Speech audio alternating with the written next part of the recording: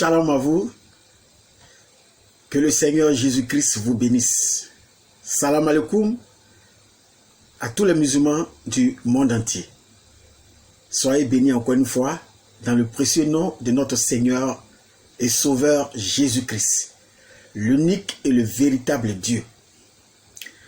Alors, suite à la vidéo intitulée « Allah n'est pas Dieu », les musulmans ont décidé de riposter, de contre-attaquer avec un argument qui pour moi est un argument qui montre une fois la défaite totale de l'islam. Un argument qui ne tient pas debout.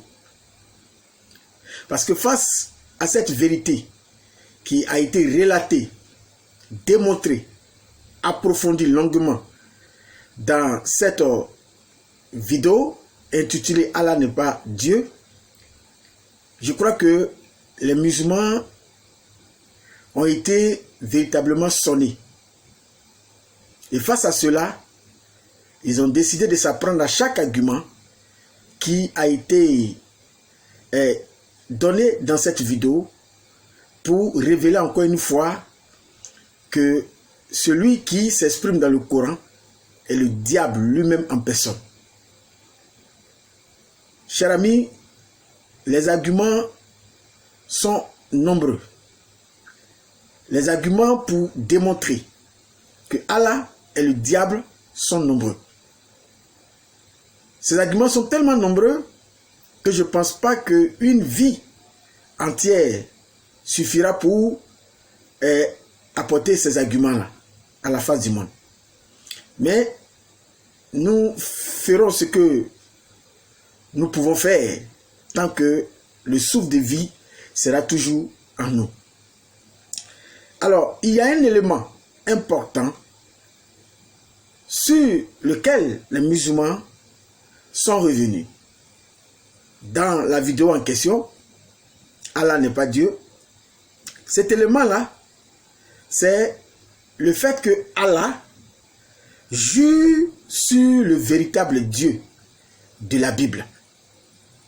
Alors les musulmans qui ont senti qu'ils étaient totalement déstabilisés ont essayé par un dernier soubresaut de revenir dans l'arène ou dans la danse avec ce verset biblique que vous allez me permettre, bien entendu, de lire.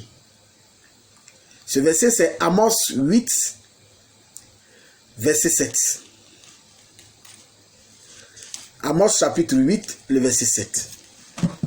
Puisque nous avons démontré dans cette vidéo que Allah n'est pas Dieu. Et nous avons donné au moins 4 ou 5 arguments qui ont réellement démontré cela. Et parmi ces arguments, il y a le fait que Allah jure sur le véritable Dieu. Donc par le fait que Allah prête serment à partir du nom du véritable Dieu, c'est-à-dire le Dieu de la Bible, c'est que Allah fait un aveu de façon explicite qu'il n'est pas Dieu et qu'il est le diable lui-même. Alors, les musulmans vont sortir cet argument de Amos 8, verset 7.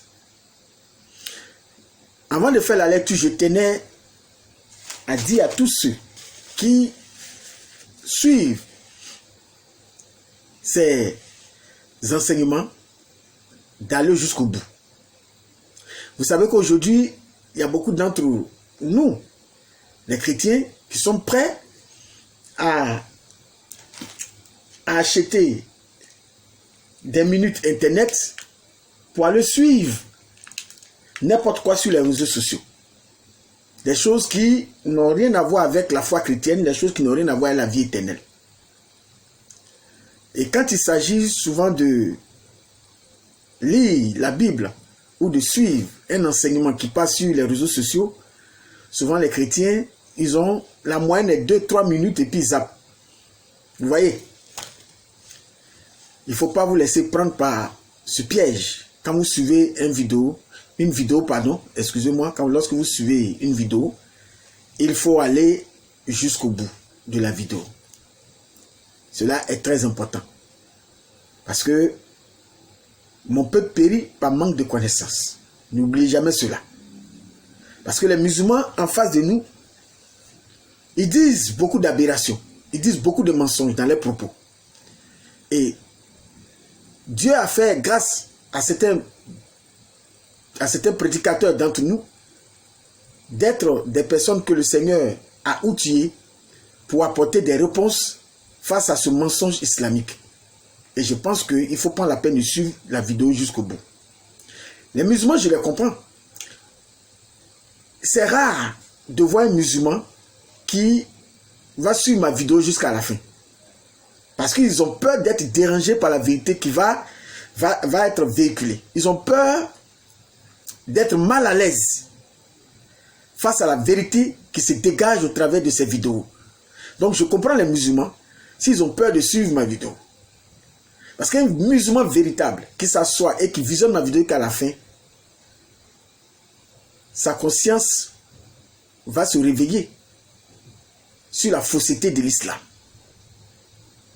C'est pour ça, dès qu'ils commencent à suivre ma vidéo, je remarque cela par leurs écrits, leurs commentaires qu'ils font sur mes vidéos. Je sens qu'ils ne prennent pas la peine de visionner la vidéo jusqu'au bout. Ça se remarque tout de suite, ça se voit. Parce qu'ils ont peur. Et je le sais. Parce que s'ils suivent ces vidéos jusqu'à la fin, ils seront déstabilisés. Ils savent cela.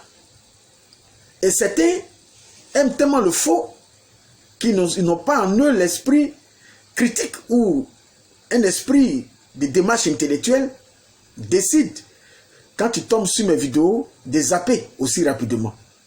Parce qu'ils savent les arguments qui sont donnés dans ces vidéos.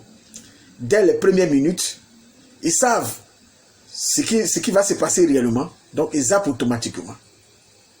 Donc, les musulmans, eux, je les comprends.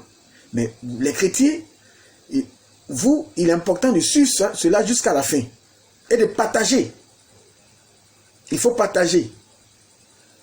Et il faut partager l'œuvre de Dieu que de partager des sujets qui n'ont aucun sens sur les réseaux sociaux. Alors, que le Seigneur vous bénisse. Merci encore une fois pour votre compréhension. Soyez bénis au nom du Seigneur Jésus. Donc, nous allons revenir après cette petite parenthèse ou cette petite digression. Nous allons revenir dans notre sujet. Donc, je disais que suite à la vidéo, comme je le disais dans l'introduction, de Allah n'est pas Dieu, les musulmans ont décidé de rebondir sur un élément dans cette vidéo où j'ai démontré que Allah jure sur le véritable Dieu de la Bible.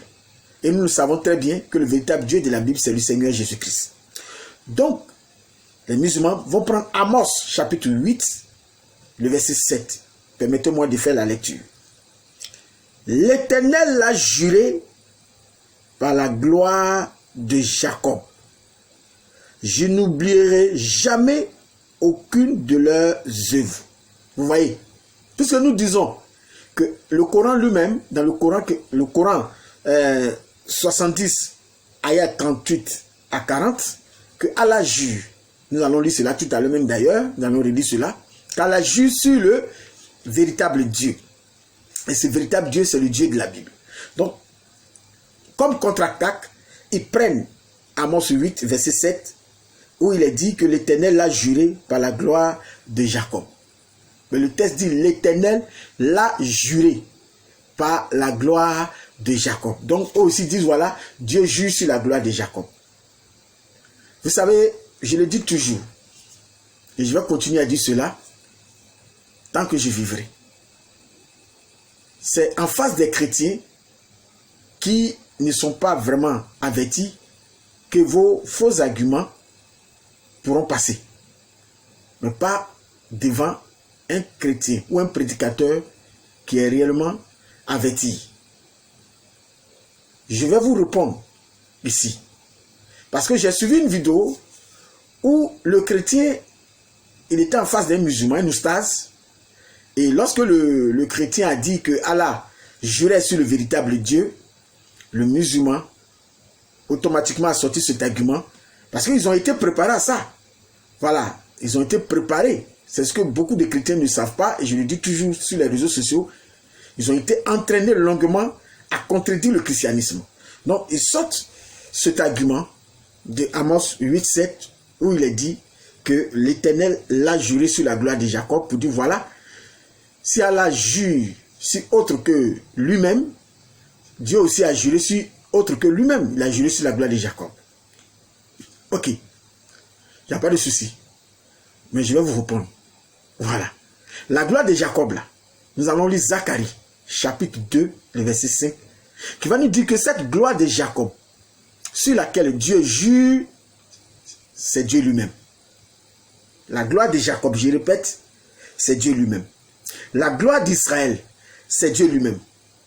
La gloire du peuple juif, c'est Dieu lui-même. La gloire de Jérusalem, c'est Dieu lui-même. La gloire des Hébreux, c'est Dieu lui-même. Donc quand Dieu jure par la gloire de Jacob, il ne fait que jurer sur lui-même. Puisque je vais lire le texte et nous allons voir qu'il est écrit que la gloire d'Israël, la gloire des Hébreux, la gloire de Jacob, la gloire de Jérusalem, vous allez voir que c'est Dieu lui-même. Donc, Amos ici, lorsqu'il dit l'Éternel a juré par la gloire de Jacob, Amos ne se dédie pas. Amos n'a pas violé un principe fondamental de la Bible, du fait que le véritable Dieu jure par lui-même, puisqu'il n'a personne établi au-dessus de lui pour jurer, pour prendre cette personne à témoin. Vous voyez. Alors, je prends Zacharie. Zacharie 2, pour vous montrer que la gloire de Jacob en question, c'est Dieu lui-même. Je lis Zacharie chapitre 2, verset 5. Il est dit, pour ceux qui veulent se prendre du contexte, vous pouvez commencer au verset 1er jusqu'à la fin, mais moi, je vais prendre, pour souci du temps, je vais prendre uniquement le verset 5. Je lis, je serai pour elle, c'est Dieu qui parle, dit l'Éternel. Dieu dit, je serai pour elle, dit l'Éternel, une muraille de feu tout autour, et virgule. Ensuite, il est dit, et je serai sa gloire au milieu d'elle. Je serai sa gloire au milieu d'elle. Vous voyez, Dieu dit qu'il sera la gloire d'Israël, la gloire des Hébreux, la gloire du peuple juif, la gloire de Jérusalem. Il dit, je serai sa gloire. Donc, quand Amos dit que Dieu jure par la gloire d'Israël ou de Jacob, il ne fait que dire par Zacharie 2, verset 5, que Dieu a juré sur lui-même. Et pour preuve, lorsque nous prenons le texte de Amos, chapitre 6, verset 8, vous allez voir que avant Amos, chapitre 8, verset 7, dans Amos, chapitre 6, verset 8, vous allez voir que Amos dit, quand Dieu jure sur lui-même. Donc ce même Amos-là ne peut pas venir se dédire lui-même ou se contredire dans Amos 8, 7, que Dieu jure sur autre que lui. Non. Parce que déjà dans Amos chapitre 6, verset 8, je lis, vous voyez qu'Amos avait déjà dit que Dieu jure sur lui-même. Je lis le texte. Le Seigneur, l'Éternel l'a juré par lui-même. Vous voyez? Le Seigneur, l'Éternel l'a juré par lui-même. Ça, c'est Amos 6, verset 8. Donc, ce même Amos ne peut pas venir se dédire ici, dans Amos 8, verset 7, pour dire que l'Éternel jure par autre que lui. Donc, quand Amos, au chapitre 8, au verset 7, dit que l'Éternel l'a juré par la gloire de Jacob, ou si vous voulez par la gloire d'Israël, etc., il ne fait que dire, comme Zacharie l'a su bien illustrer, il ne fait que dire que Dieu ne fait que jurer sur lui-même. Parce que la gloire de Jacob, en fait, elle n'est pas une gloire. Cette gloire-là n'est pas différente de Dieu lui-même. puisque lui-même le dit dans Zacharie, il sera la gloire du peuple d'Israël au milieu de ce peuple-là. Il sera la gloire de Jérusalem au milieu de cette ville. Il sera la gloire des Hébreux au milieu des Hébreux. Il sera la gloire des Juifs au milieu des Juifs. Vous voyez. Donc la gloire de Jacob, c'est Dieu lui-même. C'est ça la vérité biblique. C'est pour ça la sourate 10, ayat 94, a toujours recommandé aux musulmans de venir toujours poser des questions. Mais quand les musulmans viennent, c'est des débats qu'ils veulent faire. En réalité, il n'y a pas de débat entre un musulman et un chrétien. Le débat, c'est entre les chrétiens que les débats se font. Mais pas entre un chrétien et un musulman. Le musulman doit venir dans une posture d'une personne qui vient questionner afin de pouvoir savoir. Mais au lieu de cela, dans ces derniers temps, depuis la naissance de l'islam, ils n'ont fait que autre chose. C'est-à-dire venir provoquer les chrétiens en polémique, parce que pour eux, c'est en faisant des polémiques, excusez-moi, qu'ils pourront prouver ou se donner une légitimité qui n'existe pas à leur religion. Non, je suis désolé. Nous venons de démontrer que la gloire de Jacob, c'est Dieu lui-même. Mais alors que dans le Coran, je prends le Coran, je prends déjà la sourate 70, et que nous allons relire, la sourate 70, verset 40, pour aller plus rapidement. Il a dit, et non, point d'exclamation. Ça même, c'est quelque chose vraiment d'étonnant, point d'exclamation. C'est ce qu'il va dire là, ça va étonner. 3 points de suspension, c'est-à-dire il y a quelque chose qui manque là. Et il dit, je jure par le Seigneur des levants. C'est-à-dire le soleil levant, le soleil se lève à l'est. Et des couchants. Le soleil se couche à l'ouest, dans ma région ici. Vous voyez? Je jure par le Seigneur des levants et des couchants que nous sommes capables. C'est Allah qui s'exprime ici. C'est Allah. Et pour le savoir, vous pouvez commencer cela même au verset 38. Puisque c'est Allah qui s'exprime, dit, chacun d'eux convoite-t-il qu'on le laisse entrer au jardin des délices. Mais non, nous les avons créés de ce qu'ils savent. Maintenant, le verset 40 arrive maintenant. Et non, je jure par le Seigneur des levants et des couchants que nous sommes capables. Donc c'est Allah qui s'exprime ici. Et Allah jure par le Seigneur des levants et des couchants. Or, lorsque nous allons dans la Bible, comme je l'ai démontré dans la thématique Allah n'est pas Dieu, nous partons directement dans Ésaïe 45. Nous comprenons qui est le soleil, le Seigneur du soleil levant, du soleil couchant.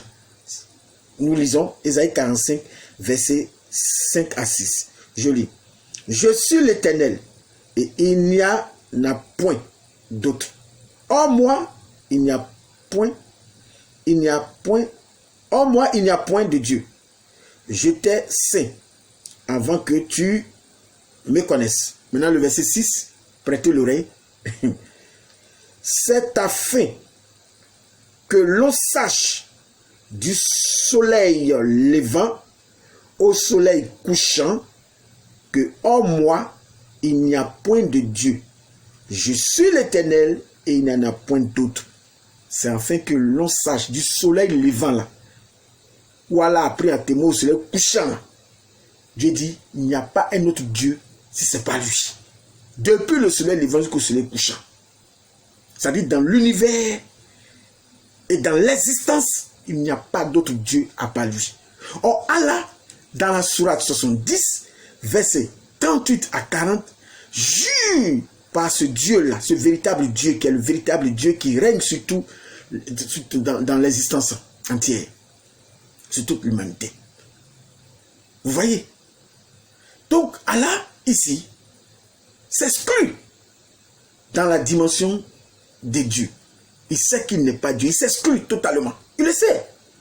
Et il sait qui il est. C'est les musulmans qui ne comprennent pas le message d'Allah. Parce que c'est un aveu direct que fait ici Allah. Et comme je le dis, personne n'est plus éloquent qu'Allah lui-même, que le Coran lui-même. Allah dit jure. Vous comprenez? Allah reconnaît, Allah dit jure. Maintenant, je l'ai dit la dernière fois, il est important de savoir comment le véritable Dieu de la Bible jure. Il est important de savoir. Nous sommes dans Ésaïe 45. Nous avons lu le verset 5 et le verset 6. Où Dieu dit, il est le Dieu du soleil levant et couchant. Et que hormis, il n'y en a point. Au verset 23 d'Ésaïe 45, nous allons voir comment Dieu jure, le véritable Dieu. Il dit, je le jure par moi-même. Je le jure par moi-même. Le verset 23. Il appuie, il dit, je le jure par moi-même. C'est comme ça le véritable Dieu jure. Et nous allons comprendre pourquoi le véritable Dieu jure ainsi. Et ça, pour le savoir, il faut se rendre dans le texte d'Hébreu.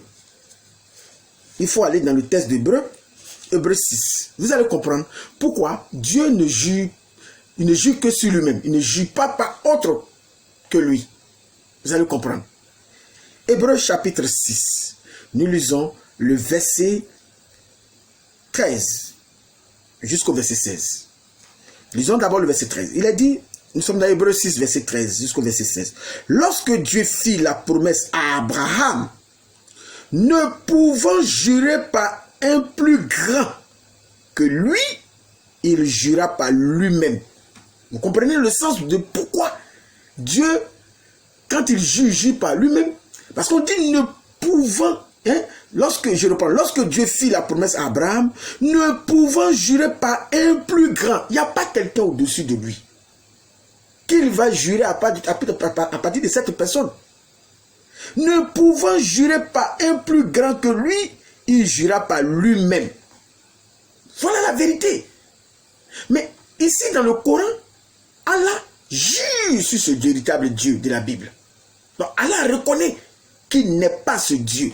Et nous le disons, et nous allons continuer à dire cela. Jusqu'à ce que le musulman qui a été programmé depuis le commencement des choses à connaître Jésus-Christ en fait d'entrer au ciel, sorte de l'islam. Nous allons continuer à dire cela. Et ça doit mener les musulmans à réfléchir. Ceux qui disent qu'ils possèdent le Al-Furqan, c'est le temps de la réflexion. Nous le disons. Et nous allons continuer à dire cela haut et fort. Ça ne sert à rien d'aller prendre Amos 8-7 pour dire voilà, Dieu jure par la gloire de Jacob. Je viens de démontrer que la gloire de Jacob, c'est Dieu lui-même. Donc, c'est la même chose. Et Dieu jure par lui-même. Et dans le même texte d'Amos, chapitre 6, verset 8, Amos avait déjà dit que Dieu jurait par lui-même avant d'aller dire que Dieu jure par la gloire de Jacob. Donc quand Amos dit Dieu jure par la gloire de Jacob, Amos ne te dédie pas. Puisque Zacharie 2,5 explicite et rend ici ce que c'est que la gloire de Jacob. Zacharie 2,5 dit la gloire de Jacob, la gloire d'Israël, la gloire des Hébreux, la gloire de Jérusalem, etc. C'est Dieu lui-même. Voilà la vérité. Et ça même c'est primaire. Ce qu'ils sont dit, c'est tellement primaire que quelqu'un qui est simple d'esprit saisit cela rapidement. Voilà la vérité. Ça doit vous faire réfléchir. Mais nous venons de voir ici la raison pourquoi Dieu ne jure pas par quelqu'un d'autre. Parce qu'il dit qu'il n'y a personne au-dessus de lui pour jurer. Pour le prendre en témoin, pour le prendre comme serment, voilà. Il n'y a personne. Mais Allah, dans la sourate 70, verset 40, jure par ce Dieu-là. Donc, si Allah est Dieu, pourquoi jure-t-il par le Dieu de la Bible? Pourquoi il jure par le Dieu qui est au soleil levant et couchant? Pourquoi fais-tu cela? Voilà la vérité. Parce qu'il ne l'est pas. Et je vais vous donner encore la preuve tout à l'heure. Maintenant, regardez, écoutez le verset 16 de ce même passage de Hébreux chapitre 6. Il a dit, le verset 16, « Or les hommes jurent par celui qui est plus grand qu'eux. » Vous voyez? Et c'est ce qu'Allah a fait. Allah, c'est un démon. Il jure par celui qui est plus grand qu'eux. Et le servent. Et le serment est une garantie qui met fin à toutes les différents. Donc, vous voyez, Allah, il reconnaît qu'il est un démon, puisqu'il jure par le Dieu de la Bible. Donc, ce sont les hommes et les esprits qui sont en dessous de Dieu. Puisque les hommes et les esprits, comme les anges, les démons, tout cela ont été créés par Dieu. Donc, nous sommes tous inférieurs à lui. Et dans le livre de Jacques, la Bible déclare que les démons craignent Dieu, ils ont peur de Dieu. Ils reconnaissent la supériorité, l'existence de Dieu et ils tremblent. C'est ce que le livre de Jacques dit. Il dit ils reconnaissent et ils tremblent.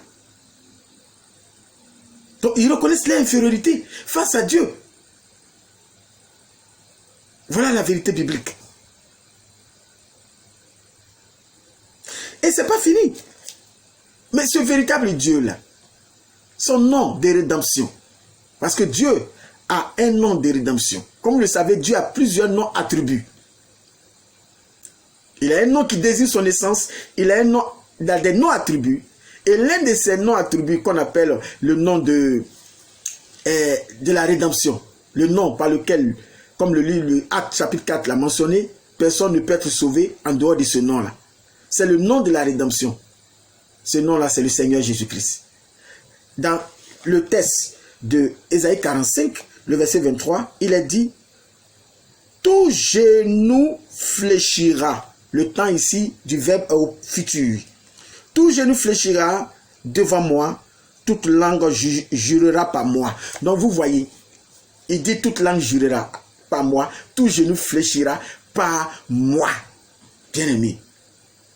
C'est au mieux au futur, c'est une prophétie. Et cela se réalise dans le Nouveau Testament. Puisque le Nouveau Testament est la réalisation des prophéties de l'Ancien Testament. Nous lisons dans le texte de Philippiens. Là, nous venons dans Philippiens, chapitre 2, pour aller plus vite, le verset 10 jusqu'au verset 11. Je lis. Vous voyez, la prophétie a dit dans Isaïe 45, 23 que tout genou fléchira devant Dieu et toute langue jurera par lui, le confessera ou jurera par lui. Cela se réalise. Nous voyons ici Philippiens 2, 10. Afin qu'au nom de Jésus, tout genou fléchisse. Vous voyez que la prophétie de Dieu en question se réalise en qui? En Jésus. Donc Jésus, il est qui? Il est Dieu. Ça, c'est pas un débat. Cette prophétie se réalise ici. Cette prophétie de Dieu, puisque Dieu dit tout genou fléchira devant moi. Le moi là est important. Est mis en relief dans Isaïe 45. Et ça s'accomplit ici. Donc Jésus, il est qui dit, tout genou fléchira. Il dit, enfin qu'au nom de Jésus, tout genou fléchisse. Vous voyez, tout genou fléchisse dans les cieux, sur la terre et sous la terre. Ça dit, dans les cieux, tous les esprits qui existent dans les cieux fléchissent devant ce nom-là. Sur la terre, tout ce qui existe fléchisse, doit fléchir. Et sous la terre, même les morts doivent fléchir devant lui. Vous voyez que cette prophétie d'Ésaïe 45, verset 23, s'accomplit ici avec Jésus. Or, Dieu dit que cette prophétie d'Ésaïe 45, verset 23, où il est dit que tout genou fléchira, il était question de Dieu. Il était question que tout genou allait fléchir devant lui, Dieu, et toute langue allait le confesser. Ça, c'était une prophétie directe qui concernait Dieu. Mais comment une prophétie de Dieu peut-il venir s'accomplir ici sur quelqu'un qui n'est pas Dieu? Vous voyez, tout genou fléchit et il dit et que toute langue confesse que Jésus-Christ est Seigneur. Avec un grand S, pas avec un petit S. Puisque le mot grec ici, on le connaît. Vous voyez? Voilà la vérité biblique que nous véhiculons et que les musulmans attrapent leurs oreilles. Parce que certains d'entre eux ont été programmés comme ça depuis l'enfance à boucher les oreilles lorsqu'un chrétien parle pour ne pas que la vérité de Dieu puisse les délivrer. Voilà la vérité biblique. Donc cette prophétie s'accomplit avec Jésus. Le temps ici est un subjonctif présent. qui indique l'indicatif. Or, l'indicatif, c'est la certitude. Vous voyez, le présent, ça dit que la chose s'est accomplie. Le subjonctif, c'est vrai, comme on le sait, le subjonctif exprime par moments des souhaits, beaucoup de choses, mais ça a des connotations, ça a un sens indicatif à un certain degré des choses, qui exprime la certitude de la réalisation de la chose. C'est ça la vérité. Alors, nous lisons, pour terminer, rapidement, la sourate 73, verset 9. Nous lisons d'abord le verset 5 et le verset 9.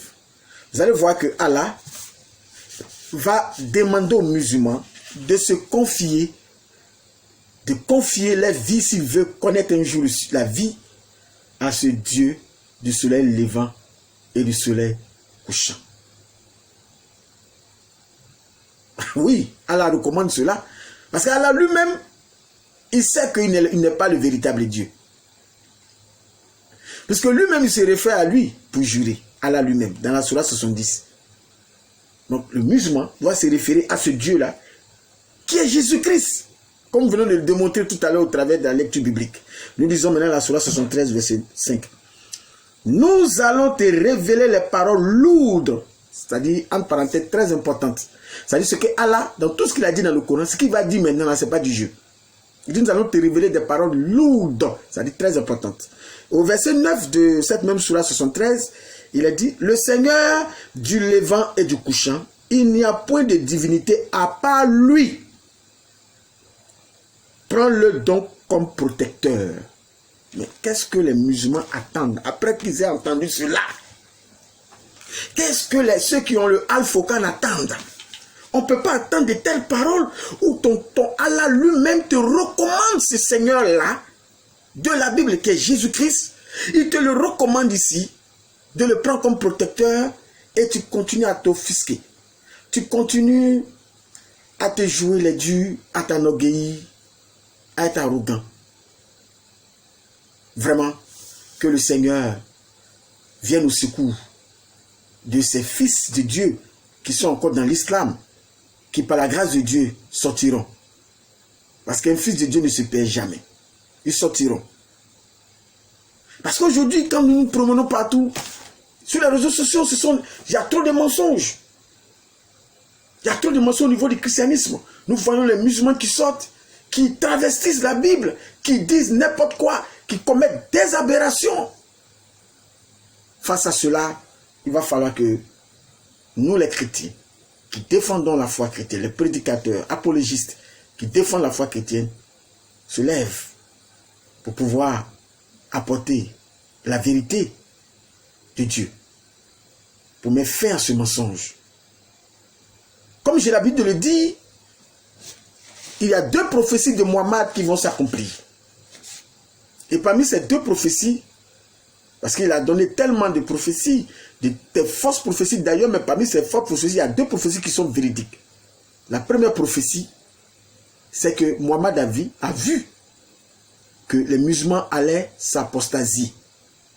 Nombreux. Les musulmans allaient sortir à un moment donné, dans l'histoire, ils allaient beaucoup sortir de l'islam.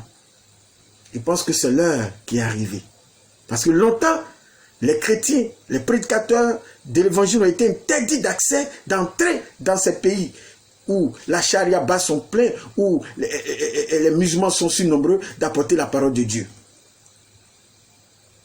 Donc, comme on appelle, la vérité que les musulmans avaient sur Jésus, c'était ce Jésus tronqué, ce Jésus défiguré que ces prédicateurs musulmans ont apporté à ces victimes-là musulmanes depuis l'enfance. Ils n'avaient pas une bonne visibilité de Jésus. Parce que la façon dont le Coran présente Jésus, ce n'est pas le Jésus de la Bible, nous le savons tous.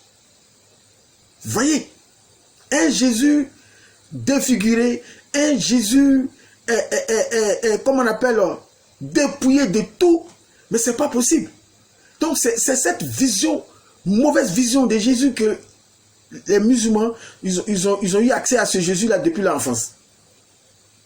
Mais aujourd'hui, grâce à l'Internet, au miracle de l'Internet, on peut tous rentrer dans ces pays islamiques et prêcher et ressortir par la voie des réseaux sociaux. Mohammed a vu l'aide de l'Internet. Et c'est l'aide de l'intellect qui allait amener les musulmans à sortir. Et cette vision qu'il a vue où les musulmans se sont apostasés, sont sortis beaucoup de l'islam, est en train de s'accomplir par la gloire de Dieu. Comme lui-même le dit, Inch'Allah. Alléluia. Que le Seigneur Jésus-Christ vous bénisse. Que le Seigneur Jésus-Christ vous bénisse. Je crois que c'est là que je voudrais m'arrêter pour cette petite vidéo. Nous sommes là pour apporter toujours la vérité biblique. Là où le mensonge, les ténèbres y sont, cette vérité, cette lumière de Dieu va toujours venir pour apporter un éclairci.